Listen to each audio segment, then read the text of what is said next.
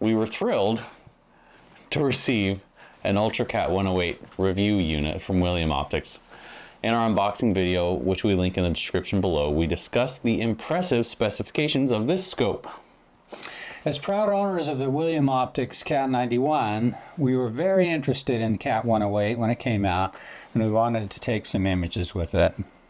After taking and processing 2 images with the Cat 108 review unit, we were so impressed with it that we arranged to buy it from William Optics at a discounted price. When William Optics sent us the review unit, they expressed their hope that we would share our impressions of the scope with the astrophotography community, but they placed no conditions on the content of this video. We are at liberty to share our honest opinion of this telescope with you. Yep. And our honest opinion of this telescope is that it's absolutely amazing. If not, we wouldn't have bought it. We couldn't be more thrilled. The Cat 108 is a quintuplet Petzval refractor with aperture 108 millimeters and focal ratio f4.8 that supports a full frame sensor. These specs are comparable to its direct competitors, the Takahashi FSQ-106 EDX4 and the Askar SQA 106. All 3 telescopes are well regarded for their optical quality. We would love to review all 3 side by side, but we've not yet succeeded in getting our hands on a TAC 106 or an Askar 106. In this video, we share images of the Cygnus Loop and dark Shark Nebula that we took with the Cat 108 using the ZWO ASI 6200mm Pro camera.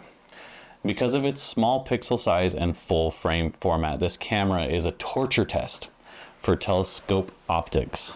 The Cat 108 aced the test. I'm Ren Edwards. And I'm Boyd Edwards. Let's talk sensor sensibility. This is a single 15-second frame, luminance frame, taking it through a luminance filter of the Cygnus Loop that we took through this Cat 108 and our full frame sensor. Shown are 9 small squares on this 15-second luminance frame that enclose little boxes with 250 by 250 pixels. When you do aberration inspector using ASTAP, which is what I used to get this, it takes the 200 by 250 pixel square from the upper left, and the middle top, etc., and puts them all together, and this is what you get. This is the aberration inspector image. And what you see in this 250 by 250 in the upper left, this one right here, are, I don't know about you, but those are really, really round stars to my eyes. This is right at the corner of a full frame sensor. You look at any of the other corners, the lower right, this is just a 15-second luminance frame. This one I think is a double star, because all the rest of the stars, there might be a tiny, tiny bit of elongation this way. Possibly just a little tiny bit. Star is perfectly round in the center. Anyway, this is as good as any aberration inspector image we've ever looked at. So this is image, and we'll put a link in the description below to our Astrobin image of this Cygnus Loop. I think we spent about 20 hours total integrated time using hydrogen, alpha, and oxygen-3 filters, and I think we shot the stars, 15-second stars. Just RGB, yeah. RGB stars. Yeah. But you can already see an incredible amount of detail in that image. But if you focus in on Pickering's triangle, which is right here, this is what you see. And that's a huge amount of zooming in on a very small feature of this. And just look, I mean, I think our favorite part of this is this little blue waterfall coming down. The tiny little spikes here in oxygen, which is the blue color, and the filamentation of the hydrogen alpha, these tiny strands of just coming down through the, it just is a really beautiful image. And then I might also point out, and Ren, feel free to share your thoughts here, but these stars were not BlurXTerminated at all. Oh. So Ren told me that he took the light frames that we had. We took some flats and darks and bias frames, etc. He removed the stars from the image without doing anything to the stars, and they all removed just perfectly, right? Yeah, well, a good test is whether your stars remove all the way to the corners when you remove, when you star exterminate. So you start with that, and then you bring your RGB stars back in and put them on top. And yeah, both had zero problems. The RGB stars are perfect. So even this this bright star here, did it remove okay? Yep. Every single one. It has a little bit of star spikes on it, but it's really amazing.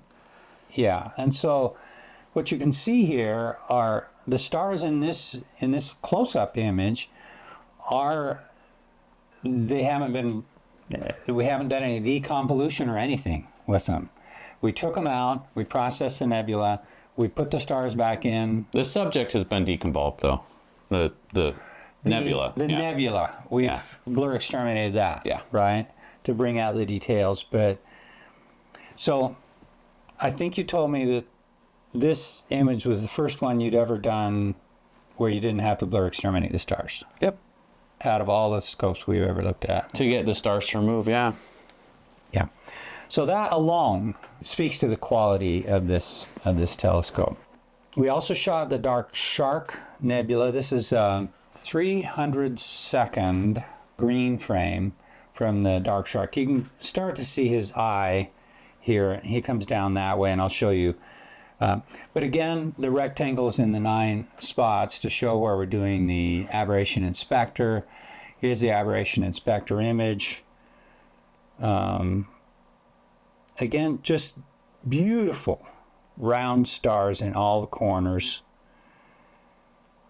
Maybe, I mean, is it possible there's a little bit of elongation on that star, Ren? Nah. That might be a double star. But yeah, because that one looks round. The one you just circled.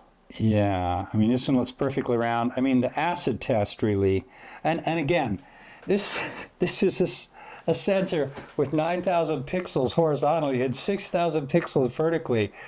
It's a torture test. Any telescope that can pass that test this well is an amazing scope. Yeah. Now we don't have a one-shot color camera, so we can't technically test unless we do Luca Matico's test with the Bahtinov filter with different Bahtinov mask with different filters in place. We didn't do that. So we don't know about chromatic aberration and color correction, but the flatness of the field is amazing. And I think one test for color correction is the actual image that we took, which is this is the dark Shark, and the stars are just round as they can be, and again, no BlurXTermination, no nothing. So if you focus in on zoom in on the head of the shark here, you can see these just little details hanging off his belly and the beautiful detail in his mouth. And the wispies around the reflection nebula. The wispies around the reflection nebula. Look at all the detail there. Again, I think we ended up with around 20 hours of integration time on this one too. Yeah. The beautiful detail in these reflection nebulae. It's kind of a redneck test for chromatic aberration, but the fact that these stars are round and you don't see a red fringe or a blue fringe around the star, which would indicate chromatic aberration. Right, but the cheat is we between each of the filters we refocused. So all of those, everything had a chance to align for that color. So, but even after focusing, if the star images are slightly displaced, then you got a bad deal. Yeah. So we're just really, really tickled with this scope. Otherwise, we wouldn't have bought it. Yeah.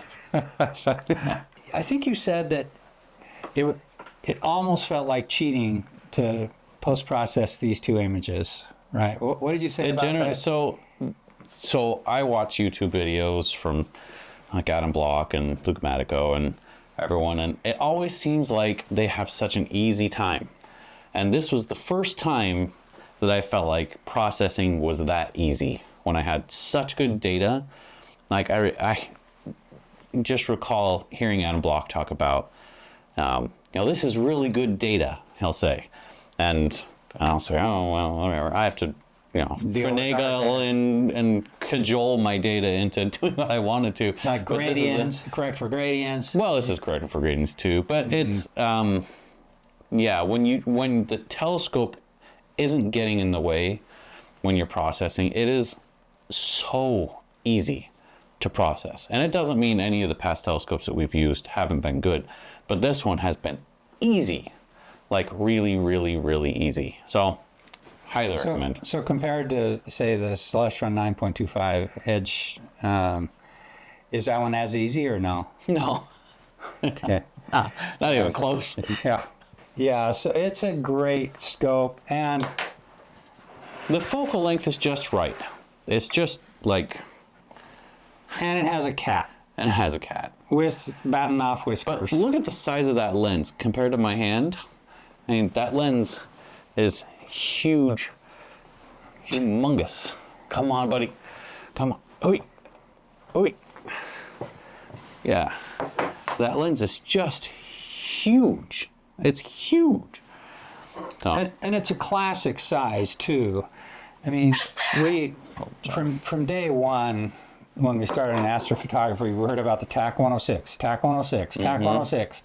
Gold standard. Yeah, it's kind of, it's a focal length with an aperture that's kind of on the border between wide field. I mean, technically people would call it wide field, but also it can show a huge amount of detail. It has a long enough focal length to capture some of the bigger galaxies, and they're intermediate. This would, well, at this focal length, you could still do an APS-C sensor on this and catch a ton of detail and just not have as wide a field. And you could get really, really great shots of lots of objects. And if you have 12 grand, you can buy a medium format sensor. You can go the other way. Which this does, it claims to support. And I tend to believe the claim that, I can't remember what the image circle is, but it's supposed to support a medium format camera. So when our ship comes in... hasn't mom cut you off from all the spending? I don't know. My wife? Yeah. No. No, you're not cut off? Not yet. Yeah. It's going to happen soon. 12 grand is going to stretch the budget for sure. Anyway, it's a great scope, and we're just really, really tickled with it. Thanks so much for watching. And we'll see you next time.